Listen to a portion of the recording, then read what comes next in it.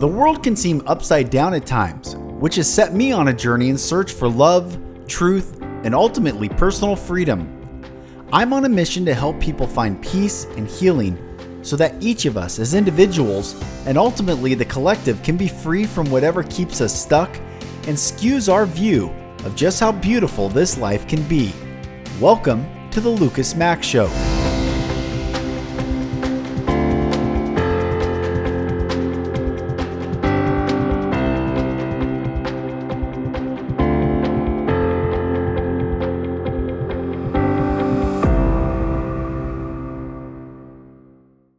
Hello, brothers and sisters, and welcome back to another episode of the Lucas Mack Show. I'm Lucas Mack. Thank you for joining. I'm really excited to bring this episode to you. We have Dolores Gil on. This is the third episode that her and I have done. It's been a while since I've had her on the podcast. And really, we discuss her journey and worldview and her message for the world, for all of us to find the common unifier for all of humanity, but also our own personal power and sovereignty.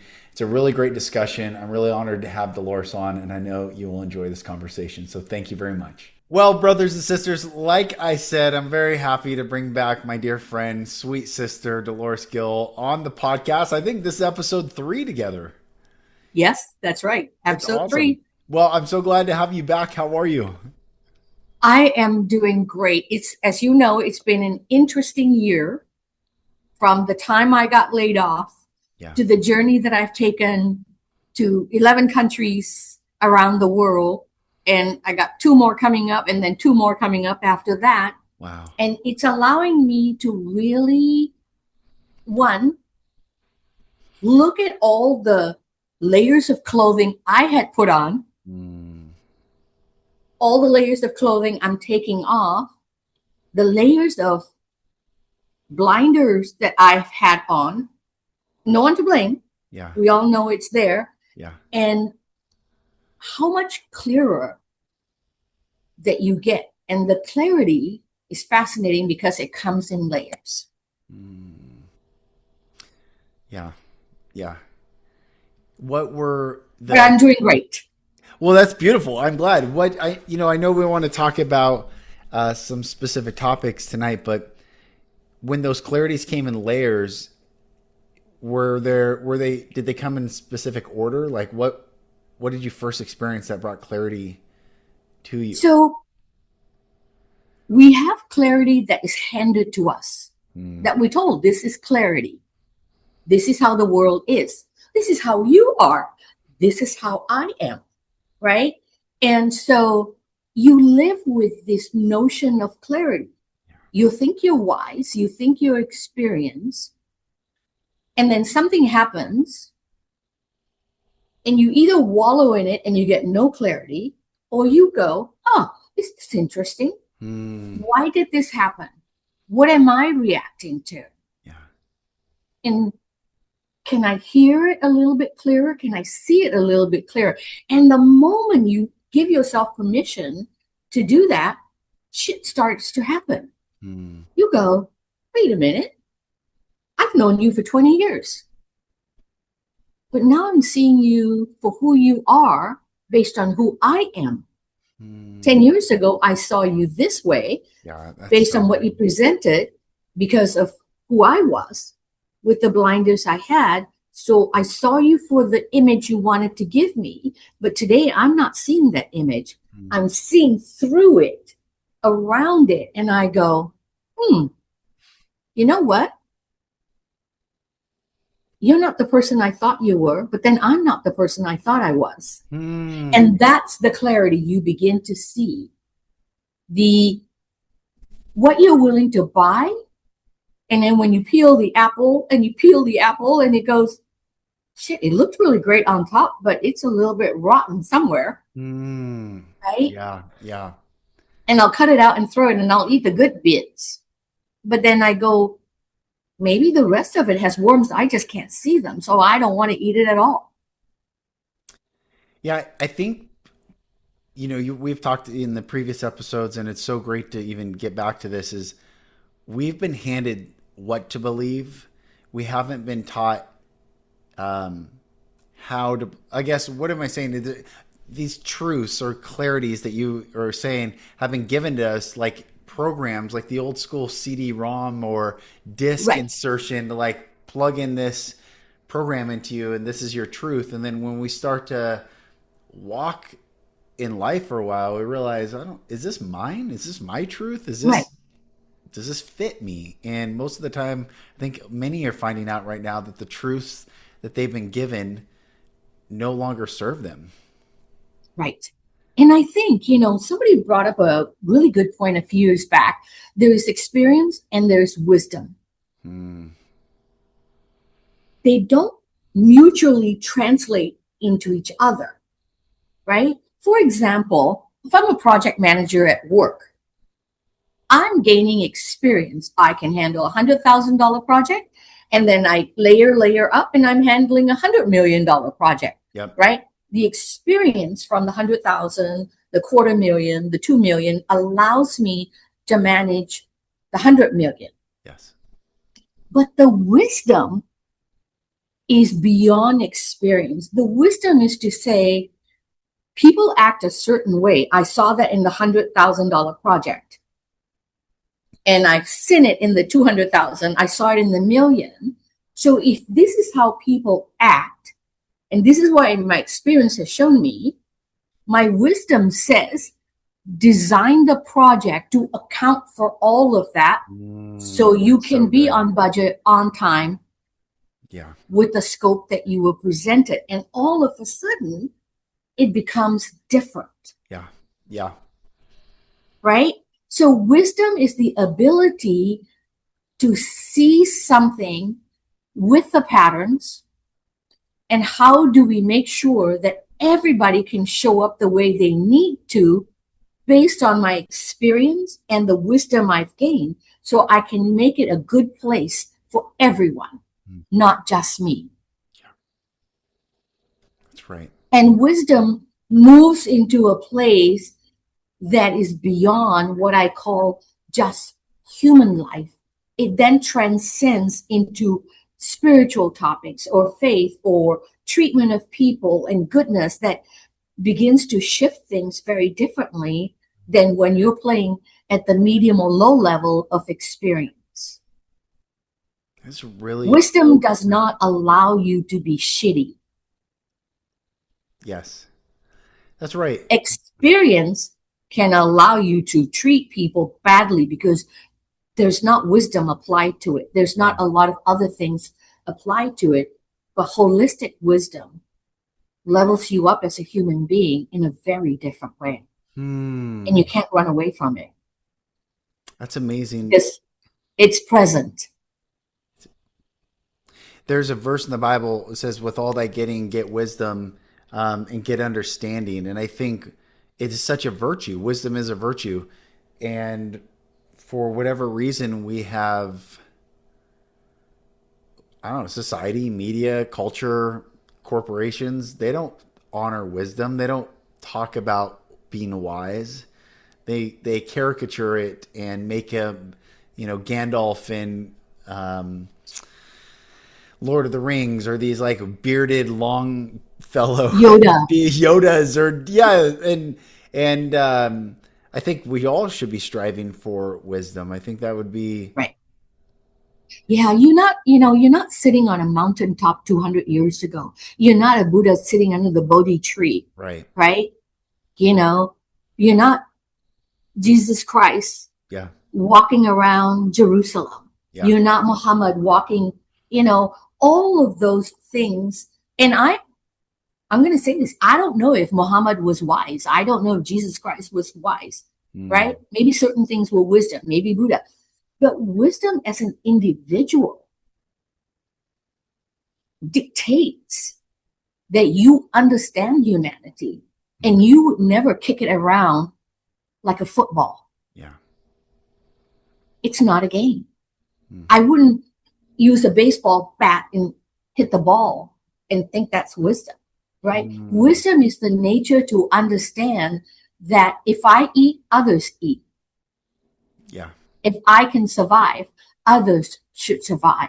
Yeah. And if we flatten out the look of leadership right now globally, there are very few wise leaders. Mm. We call them leaders, Democratic, Republican, Socialist, Communist, whatever. Yeah. Whatever country, wherever party they are, wherever in the world. But I would not call them wise leaders. Mm.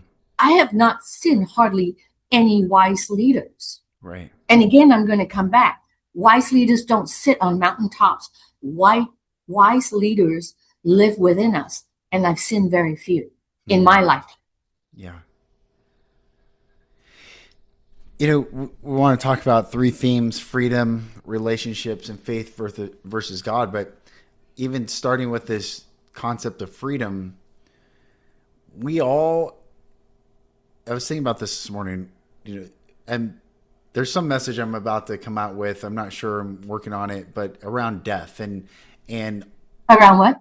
death and bringing Right. death to the forefront of our thinking and being present and intentional. And the one great leveler of all things, billionaires and trillionaires and homeless, is everyone Paupers. dies, and paupers, everyone dies. Everyone will die. That is the great unifier. And we're distracted from our own mortality. And I think there's a reason why the word mortality and morality are very similar. And for whatever reason, I think we've lost our morality because we've lost sight of our mortality, which I think would then bring us back to be more wise. But we are free, talking about freedom, in a very short time. We only have a few years on this life, whether it be 100, 80, 120, whatever. I mean, it's not that long. Right. Or 20, right? So 20. I'm going to pop to my notes so I can just share a little bit of what I had said. Yeah. And I wanted to make sure. Freedom is the power or right to act, speak, or think as one wants without hindrance or restraint. It also refers to the state of not being imprisoned or enslaved. There are four types of freedoms, right? Personal liberty, political freedom, civil liberties, and negative freedom. What's And what's around negative? all of What's this, negative freedom? so negative freedom is the state of being free from unwanted things like fear or want. Ah, okay.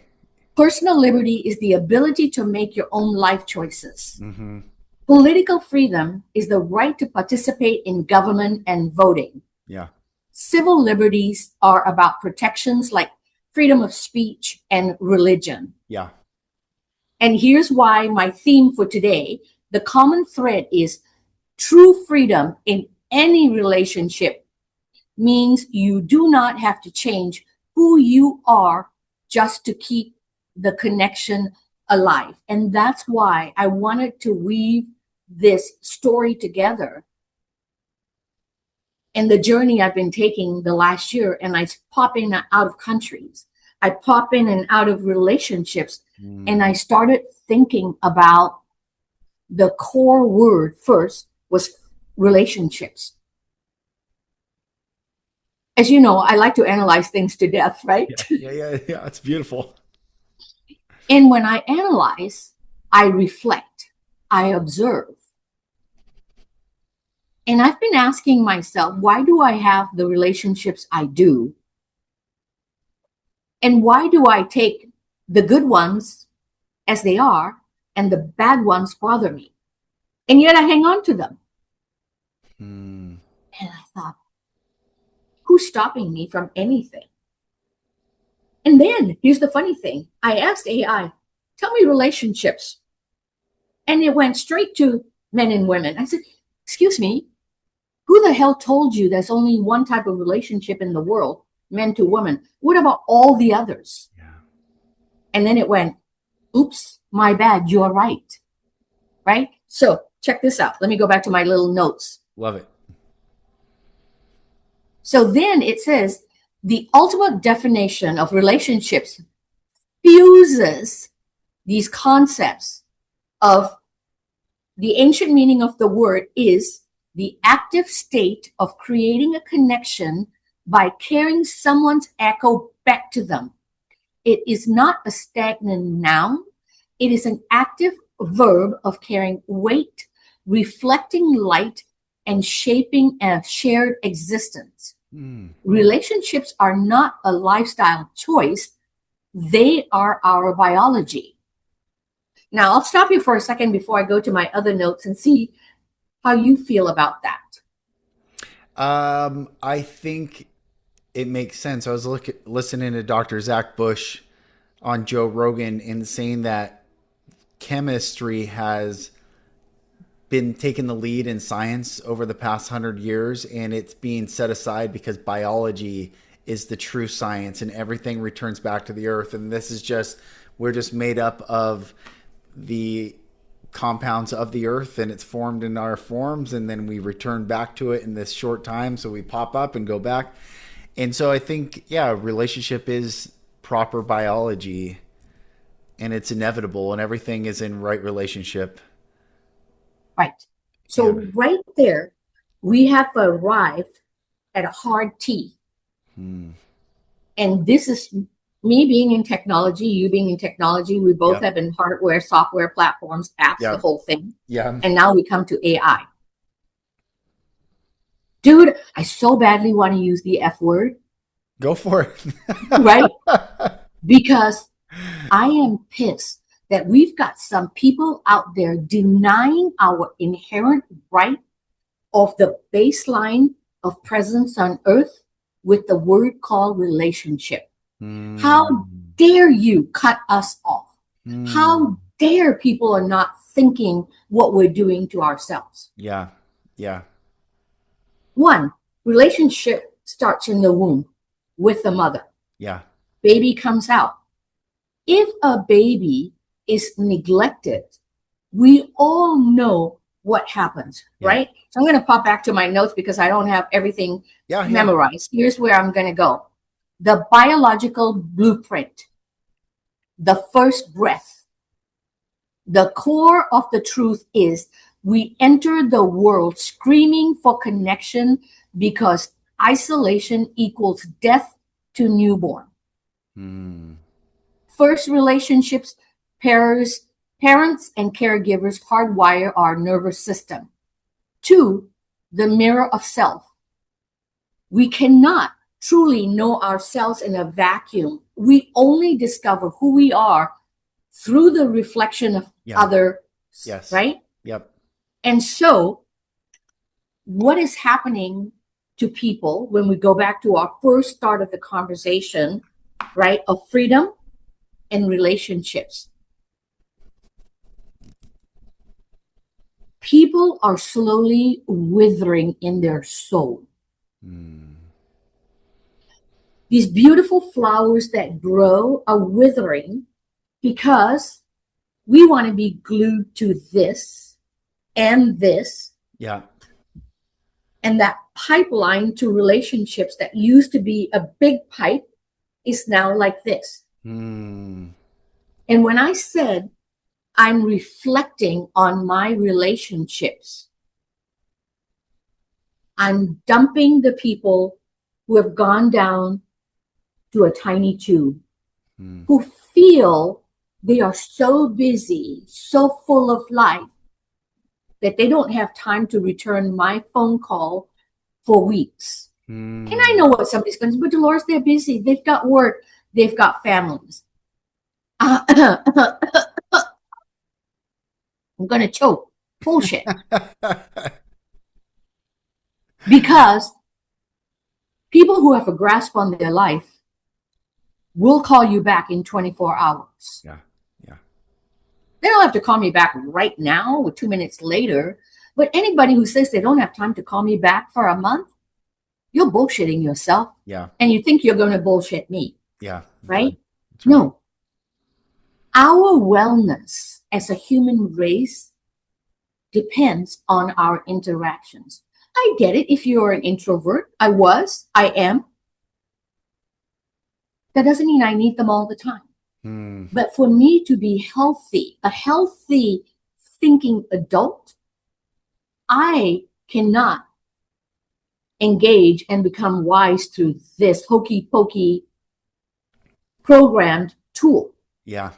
And then on top of it, I'm a freaking woman. And this is dominated by 95% men. I'm sorry. I don't want to be a guy. I don't want to think like a guy. I don't want to talk like a guy. I don't want to act like a guy. I don't want to emote like a guy. I want to be me as a woman, feminine, whatever that means. And even then, you have tried to tell me what my female qualities are. And I say, F you. No, you don't. You don't get for 200 years to tell a woman who she is. And I'm not telling you who you are. But here's the thing. We need to inherently open up ourselves and observe who they are. Now, I might get a lot of women angry at me because I'll say my best friends are men. Most of them do call me back within 24, 48 hours. They are there if I need some help. Right? Women say, we're super busy. And I go, check your life. Check your life. Because if you think your life is all around your husband and your child, and then you're bitching about being a woman, then we need to revisit the topic. We need to rethink the premise of our life, our relationships, and our freedom. Because if you're not free to be who you are, then something's wrong with the picture. If you cannot vote as a woman for who you want, if you don't have the right over your body, if you don't get to have the right relationship with yourself, that relationship is broken. And that moment that relationship is broken, all your relationships are broken. They cannot be whole. And if we all walk around with 1/10 of a relationship, 2/10 of a relationship, half of a relationship with self and all the others, then we're not living to the full potential of being an amazing soul on this earth. So my journey over the last year is to really be self-critical, not in a harmful way, but really in a wisdom kind of a way. I've arrived. I couldn't tell you how many times I've said I've arrived. And then I go, no, girl, you arrived, yes, but only there at that time. That's it. Like, I can't go to the 5th step and then say I've arrived when I can see there are 25 more steps above me. Right. And maybe there are 25 steps in the clouds, hence I can't see them, right? But they are there. We cannot live in denial. We cannot mindfully destroy the bedrock of humanity, which is relationships and the freedoms that go in those relationships. Like, I want to give people, there's a red warning sign happening. When you think, and I'm going to do this obnoxious thing, doing this is your life, doing this as you're doing a crosswalk, doing this when you're sitting and having dinner with a friend, you're living a lie. There's nothing there. There's nothing there to hold your hand. There's nothing there to hug you when you are sick or sad, or when you've lost a family member, or when you lost a job. To placate me with this, I totally understand, on Facebook or LinkedIn. You get my pain when I just got told I don't need you in a job. Who's kidding who? What the F? Like, don't people understand? Bezos, Bill Gates, Elon Musk are not going to tell us, hey, your friends matter. Hey, your freedom matters. Why? Because they'll stop making the gazillions they're making off your stupidity to buy into their BS. When you sign up for 15 subscriptions to tell you how to live your life, and you buy these pre-cooked meals, you've lost the passion of cooking your own meal, and meal cooking is love. We're living empty lives. And the empty lives means I'll just go in a corner and shoot myself. Hmm. I'll just go to some bridge and jump off. I mean, look at the number of people who are doing away with themselves. Or worse yet, 4 in a row. Father shoots children, kills wife, and then shoots himself. Right. It's tragic. That means something is missing in the essence of relationships. Something is amiss in the essence of your freedom. What are we striving for? Right. Right? Yeah. While you're talking, there's this thought that came into my mind. I think people aren't sure what they want. And there's like a passive want and there's an intentional want. And I think we need to reclaim our intentional wants. What do we really want? I want to be seen, loved, heard, affirmed. Well, then I have to, if those are the things that I really want, then I have to be very intentional about who I am, how I show up, what I spend my time doing, who I connect with. But most people that I observe are just in this current that's getting, they're sweeping them down off the Niagara Falls, and they may not want to be there, but they don't intentionally they're not intentional with their wants. If they wanted to get out, they can get out. I don't know. As you're talking, I'm like, I think we're not clear on what we want. Well, here's maybe how I'll come back, right? We have been programmed from a legacy perspective of what we should want. Yeah, what we Do you should remember? want. Right. Do you remember when I used to read about Byron and Keats when I was studying English literature, right? Or there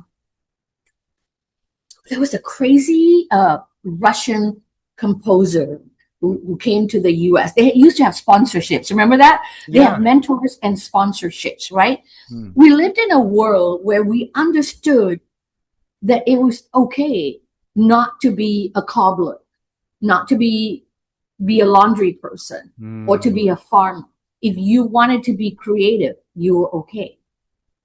We understand that because you're gifting us with creativity. Yes. You are gifting us with these incredible compositions of sonatas, right? Yes. Of compositions of music, like Beethoven's 40G in the minor, right? Yes. And that music that he wrote. And when we all listen to it, and I don't know if you guys know, please go listen to Beethoven 4G minor and close your eyes and tell me you don't feel happy when that music starts to come on. That's the brilliance of essence of music or creativity. Yeah. What you're referring to is some weird legacy that people gave us and say we all have to strive. We all have to 8 to 5 jobs. No, we don't. Every man has to work to support his wife. No, he doesn't. Every woman needs to stay home. No, she doesn't. There is a multitude of algorithms that can flow on this earth. Yeah. And people, what you said, we need to know who we are, what we're striving for. Yes. And then when I said I had the clarity, I went back into reflecting. I write music. I produced a CD. I never released it because I thought it wasn't good enough because I wasn't considered a musician. Right?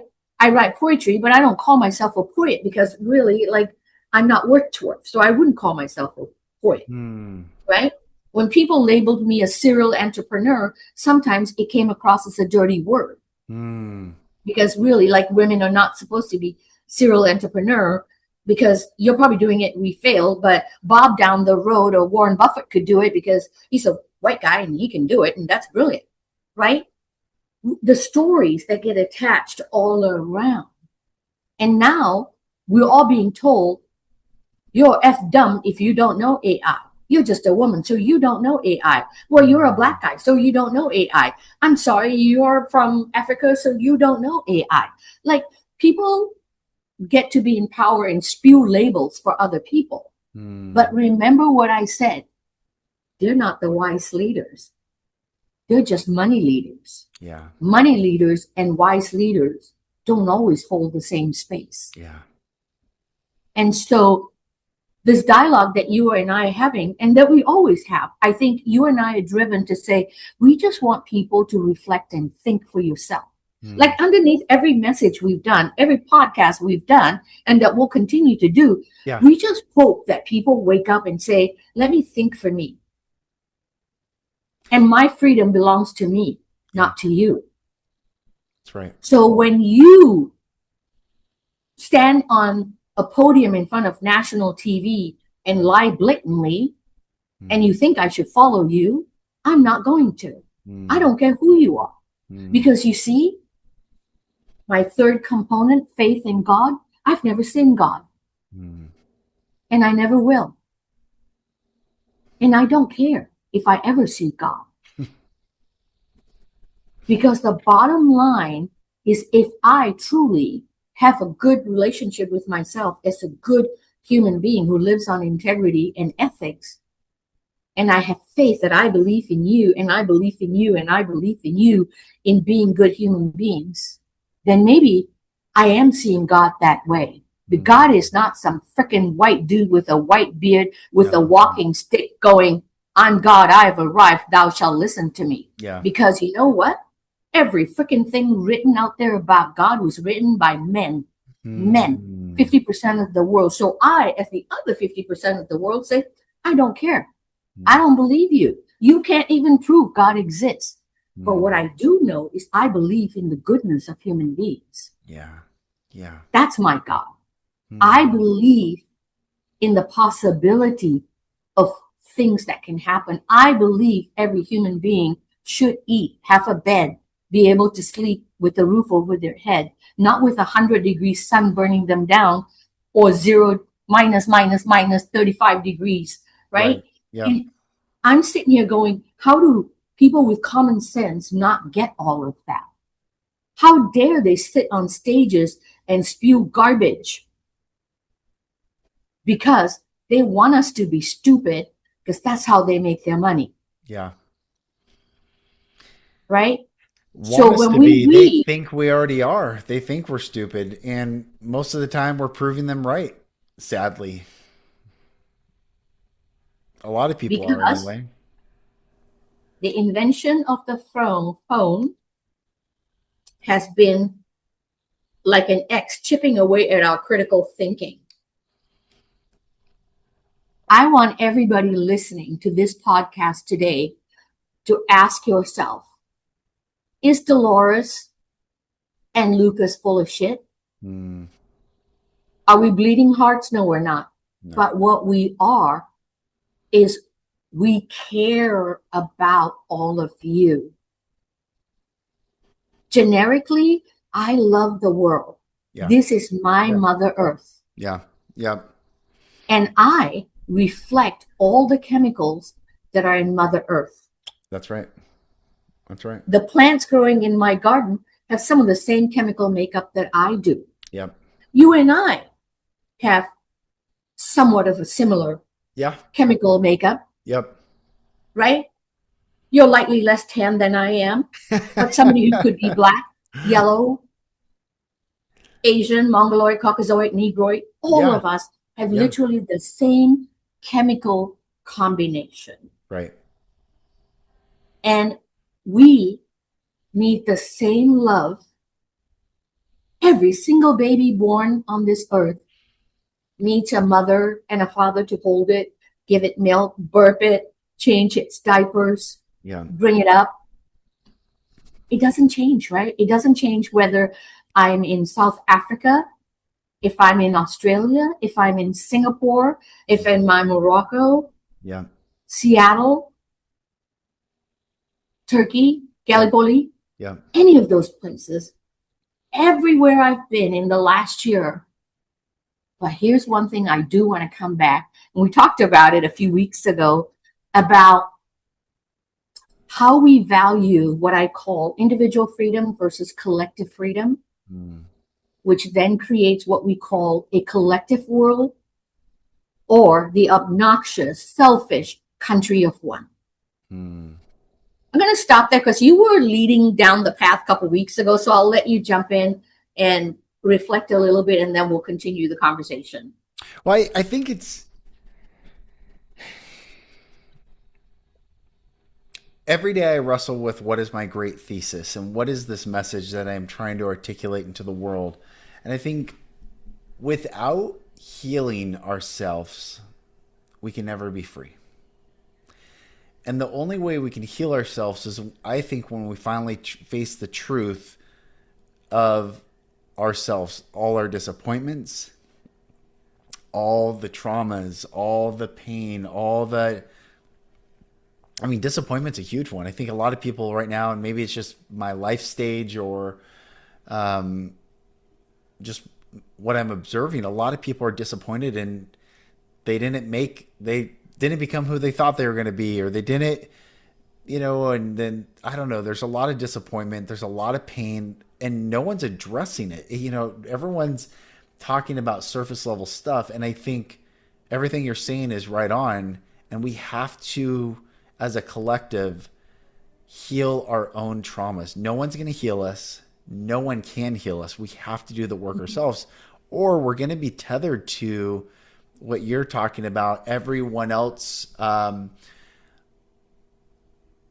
owners of the vices that keep us stuck in the loop. Right. And here's the thing, right? Technology is the most insidious, built on artificial constraints, selling broken products, halfway products, manipulation, disregard for the voice of the customer, disregard for society, disregard for the holistic impact of the devices. Apple, Samsung, all of them. Every year they want you and I to buy a new device, but they wring their hands when the landfills are filled with phones. I applaud France for the recent regulation of people cannot artificially constrain and design appliances that break down faster than expected, right? Dishwashers. They don't want our dishwashers to last more than 5 years. Right. They want our freaking laptops to be broken in 2 years, right? Because their predictability of the sales and the bonus structure and the CEO's salary is all based on that. They're not thinking, oh my God, does the world really need to have new phone every year? No. Do you and I need to drive a new car every 3 years? No. The other thing, who the hell on a $68,000 salary can afford a $70,000 Tesla? Yeah, that's right. That's right. Let alone a $40,000 one. I mean, the computer that I'm on right now, I bought, it was the editing bay computer at my company. Brand new in 2015. At the time, this was a $10,000 setup. This monitor, the CPU, the Mac Pro.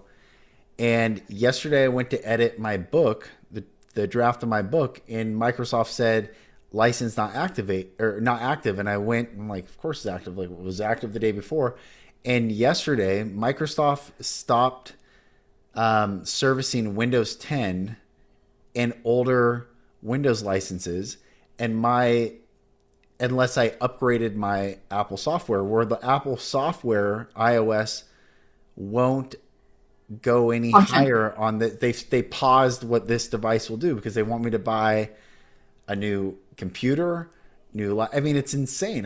This is just yesterday, and I was like, this is gross. And they probably stopped it because there's people not able to service it because they laid so many people off, and they're only bare bones with AI now servicing what's the latest and newest. And it is gross in the truest sense of the word. It's gross. And it's ugly manipulation. Yes. It's not justifiable, right? Ship the software broken halfway. We both know Outlook, broken shit that they shipped out recently, right? Terrible performance in how you make appointments and all of that.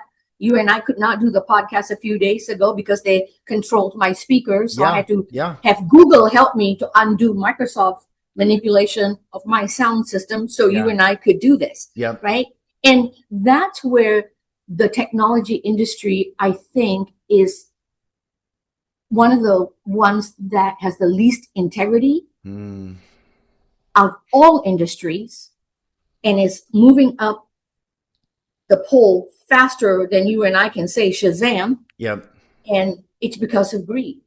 these boys have learned the word valuation, not product, not a whole product, not a fully baked product, but valuation and manipulation of you, me, and everybody else. And people like Jamie Dimon, who can get up and blabber away, doesn't call this shit out, right? So we have a lot of powerhouses that are buying into that collective lying because they're sitting in the top tier and they can control the wealth.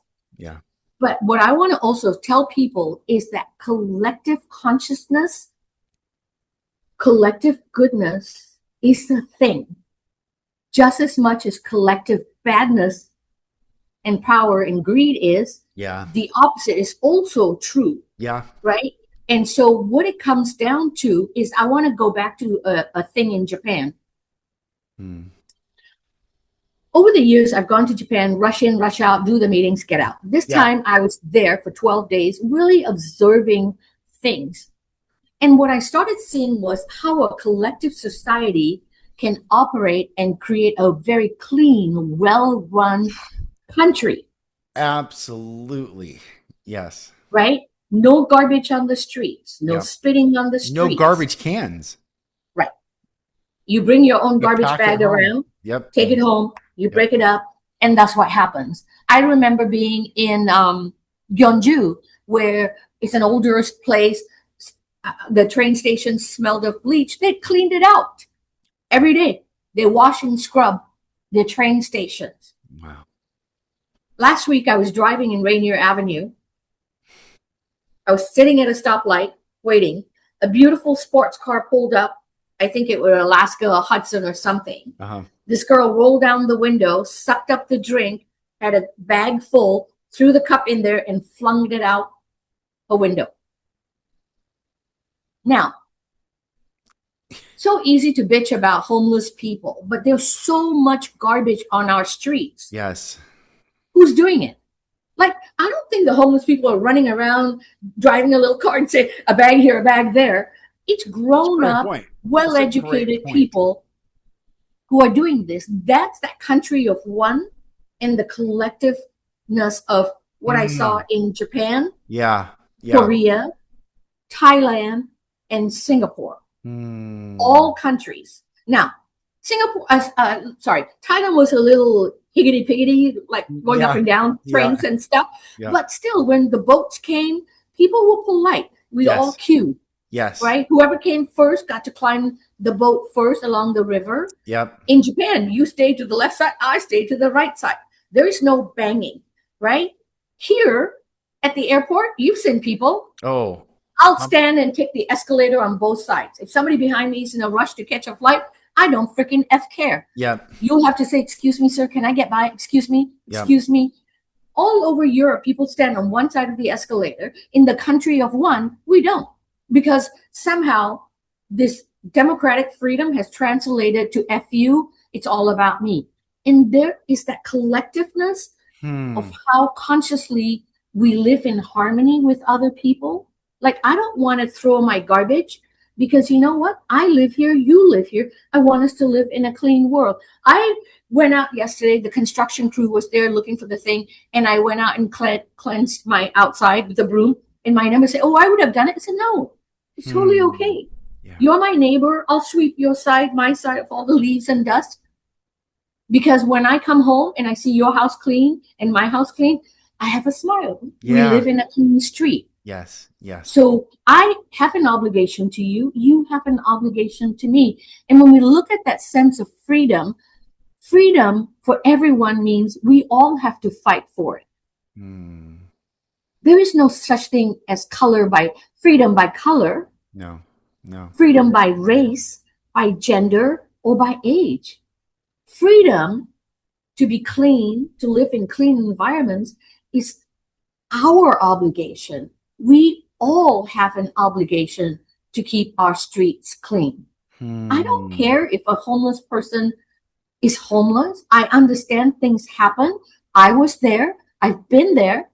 I don't go around throwing garbage in somebody else's neighborhood. Right. I don't leave my doggy poo in somebody else's driveway. That's just plain old selfish, self-absorbed behavior. I will say it's interesting because yeah, I've been able to travel many countries around the world the past couple of years, and I think Seattle is like I would love you to come down to Dallas and we'll have like an experience down in Texas because even though we live in the same country, it is not the same country.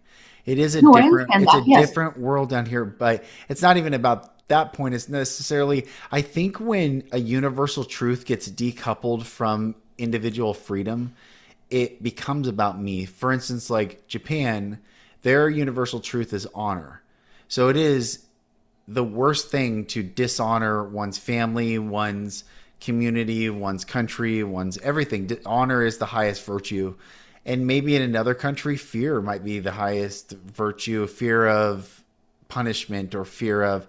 But when we decouple universal truths, so I would love it to be in the world, love for our fellow man.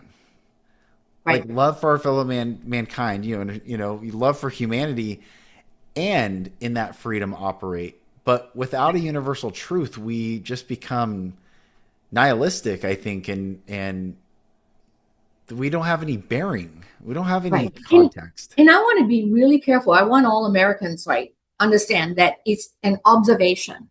And I'm going to micronize my observation to Macy's in Bellevue Square to show people what I'm talking about. Over the years, right, we go try on our clothes. Yeah. We were all told, try on your clothes, then you hang them back on the hanger, and you go out and you give it to the nice lady, Yeah. and then she'll put it back on the racks, Yep. right? 10 years ago, a phenomena started happening. And I'm totally okay. I don't care who gets pissed at me. There are two cultures from another part of the world. They started going to Macy's, all the other stores, and they go to the dressing rooms and they try on things and they just throw everything on the floor and walk out. Now, maybe they have servants and they're rich in their countries and it's okay, right? They ignore what the lady said. You tried all the clothes? Yeah, they're back there. I walked out and I observed. This is not shit I'm making up, right? No, And I go into the I know dressing exactly rooms what culture you're talking about. And yes, I get it. Yeah. and they're all on the floor. And I thought, they don't get it, right? 3 days later, if you come back and buy this is the same stuff you threw on the floor. So you're disrespecting me as the future buyer of those clothes. And then pretty soon, the stores now change their behavior. Yeah.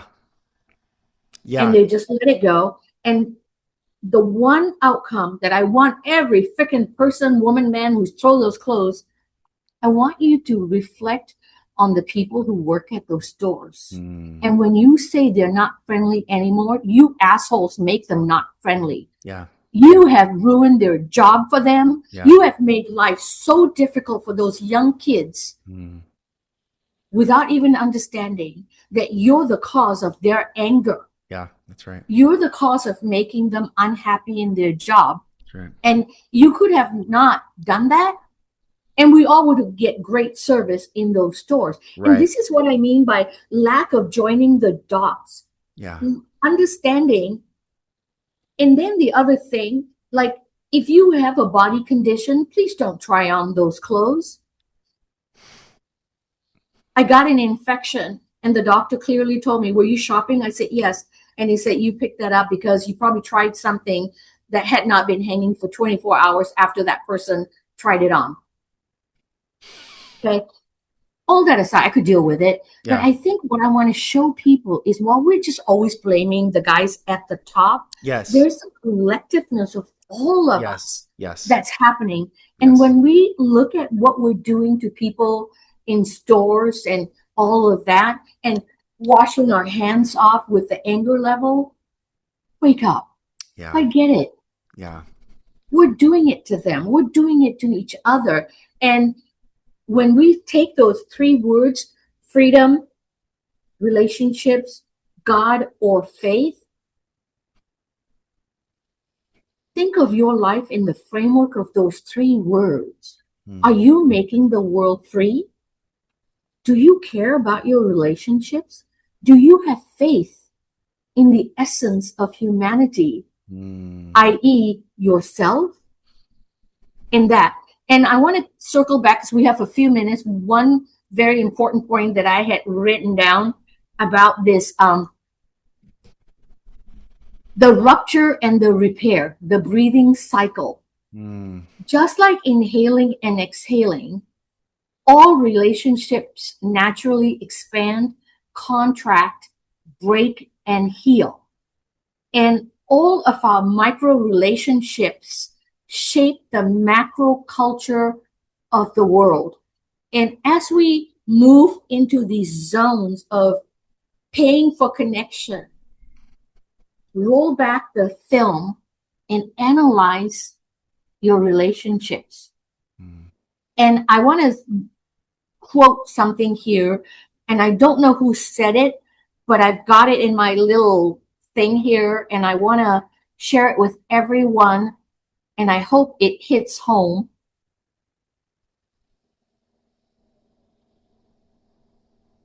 I don't walk away to teach people a lesson. I walk away because I learned mine. Hmm. And on that note, I want everybody to understand you have the freedom to keep the right people in your life, to keep the right vendors in your life, Mm. to use the right services in your life, and all the others, dump them. Mm. Because when you get there, you have the freedom to be connected to the right people, Yeah. to the right products, to the right political entities. You don't owe anybody anything if you truly work from the principles of goodness. Mm. So Freedom good. is a goodness. Good relationships are goodness. Yeah. Faith is a goodness. Yeah. Yeah. That's why I have these words. My cousin, who was a designer, now she's at Meta Labs. She's one of the best designers, I think, in the country, maybe in the world. But she hand drew these, and these are love, joy, peace, faith, long suffering, goodness, gentleness, faith, meekness. And they're 9 words that are the 9 virtues I try to live by every single day. And Right. I think having these conversations, I mean, I don't know how many people will listen to this and how much, I mean, honestly, I think they're choking good content that would really help people in lieu of like content that doesn't matter, sports and politics and like the true humanity stuff is, I think, being suppressed, but it cannot be suppressed forever because we are evolving. Consciousness is rising. We are remembering. Like, people are beautiful all over the world, all over the world. But then I think of these cultures like the country the country of origin, the people with the behavior you're talking about in Macy's, and we're all so different, but at the core we want peace, we want to feel good, we want to be loved, and we need to understand that the best way, like you're saying, I'm affirming your first point, the best way for us to do so is to remember other people. When you breathe more deeply, I can breathe more deeply. When Right. you feel seen, I feel seen. So it's not, do you see me? It's, how can I help you feel seen? And in that, you will see me. Right. And when you are seeing people, when you acknowledge their presence, you'll be surprised when you ask for a correction or something, it works. And I want to help people understand something that magical happened, right? Not just about all these lectures. I was in Tokyo and I went to a temple. As everybody knows, I'm Buddhist. Maybe you don't know, but I am. Mm-hmm. And I put my phone down on one of the counters of the Mm-hmm. prayers, did my prayers with everyone because I was watching, making sure I was doing the right thing, Yeah. and felt so good, so proud of myself. Yeah. And then I walked away and I went. I was gone for half an hour. And then I stopped somewhere. I wanted to take a picture. He left. Yeah. Whoops. Don't have it. So I went back in my mind, and I went back to that temple. And I want to tell everybody, when you are living in a place of collective goodness and consciousness. I walked into that temple. A lady came running at me. Wow. Not just running, but this posture of holding the phone in front of her, bowing in her Japanese, saying, I have your phone. Wow. And me bowing, saying, thank you so much. Wow. And she said, pointing that I found it over there. And she picked it up, held it until I would figure out that I did it. And I got my phone back. Wow. And by the way, everyone, I had my American Express, 3 credit cards, my driver's license, my medical cards, everything in this, in a bunch of cash. 2, I was in Kyoto. I was shopping. This time I had a different wallet, my passport wallet, because I needed some cash. I bought some Japanese goodies, paid them, put my entire wallet on their counter, took their stuff, put it in my bag, and walked away. Oof. Went down halfway down the market, wanted to buy some more stuff, and went. Now I have palpitations because, you guys, I had a lot of cash in American dollars, Japanese, blah, blah, blah. Yeah. My passport. I ran back, and the girl said, oh, thank God you're back here. My friend's out there running around looking for you. Let me call her. She called a friend, and she said she's here now. And she ran back, bowing again, and gifted me back my thing, right? I'm not saying it wouldn't happen here, but the odds of it happening here are low. Yes. I've gone all over the world in so many different places. And I am sad to say, as an American, that this is where I fear the most, sometimes for my life, because of my color, because of my gender, because of everything else. Not saying that good things haven't happened here, but they have gone down less and less. Whereas 30 years ago, 20 years ago, Seattle was an amazing, safe place. 100%. 100%. You know, I describe where we live now in Dallas. It feels like Seattle in the 90s. Right. And so I want people to understand we had an influx from people coming from out of states, from other countries. Yeah. I'm not anti-immigration, but I am pro a cultural handout of wherever you land and say, them are the rules of this town, this city, this whatever. Yeah. You choose to live here, please respect them. Yeah. And stores should start hanging up. Hang your clothes back. Every freaking person can read English. Yeah. Hang your clothes back, right? Don't shout at people, like so many things. You know in Japan how soft-spoken people are. And the thank you, arigato, arigato, arigato. I mean, the freaking Seoul people bow even lower than the Japanese. I was like, how much lower can I get with my own back, right? But there is that collectiveness of thank you just shift the paradigm of what's going on. So I suppose in conclusion, maybe our message, my message to everyone is, we don't live in a world of one. We live in a world where I am the sum of who you are, and you're the sum of who I am. If I love myself, I love you. Yeah. And that's when the world becomes good. And faith simply means no white beard guy. Faith means we trust in ourselves. We respect each other. And when I thank you, I thank me. And when I love me, I have no choice but to love you. Yeah, that's right. That's beautiful. That's beautiful. I'm so glad you came on. I love these conversations. Yes, to that.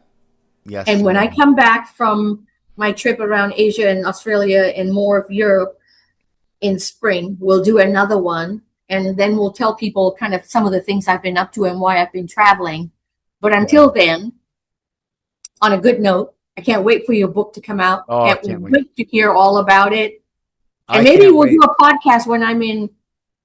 That would be amazing. Let's do it. Let's do it. And, you know, I love you. Thank you. You're an amazing person. And I'm thankful you're on the journey you're on. And I will put your LinkedIn and all your information in the show notes. So everyone go support, reach out, connect with my sweet friend Dolores. And thanks for coming on. Thank you. Dolores, thank you so much for coming on. I love our conversations. Keep sharing your thoughts and your passion with the world and everyone, wherever you are around the world. I just got an email today finding that I'm a top 10 spiritual podcast. I'm in multiple countries, but out of all places, Pakistan. So thank you for listening wherever you are around the world. I am sending you love. I hope that you find your joy and peace, and I hope that you find the peace that passes all understanding from the one infinite creator that made you, loves you, seeks you out in every moment, waiting for you to receive the fullness of his love and goodness, truth, and beauty that is all around us, despite the ugliness of what this matrix 3D world pushes on us, the pain, the suffering, the destruction, the confusion, the dread. There is beauty, and it is our job to seek it out, to bring it within, and to find our peace. I love you all. I'm sending love and blessings to each and every one of you. I'm Lucas Mack. This is the Lucas Mack Show, and I'll talk to you on the next episode. Thank you for listening. If you're struggling to break free and need support, go to my website at lucasmack.com. There you'll find resources like videos and ebooks, and also information on how to work with me for coaching. Thank you again, and I'll talk to you soon.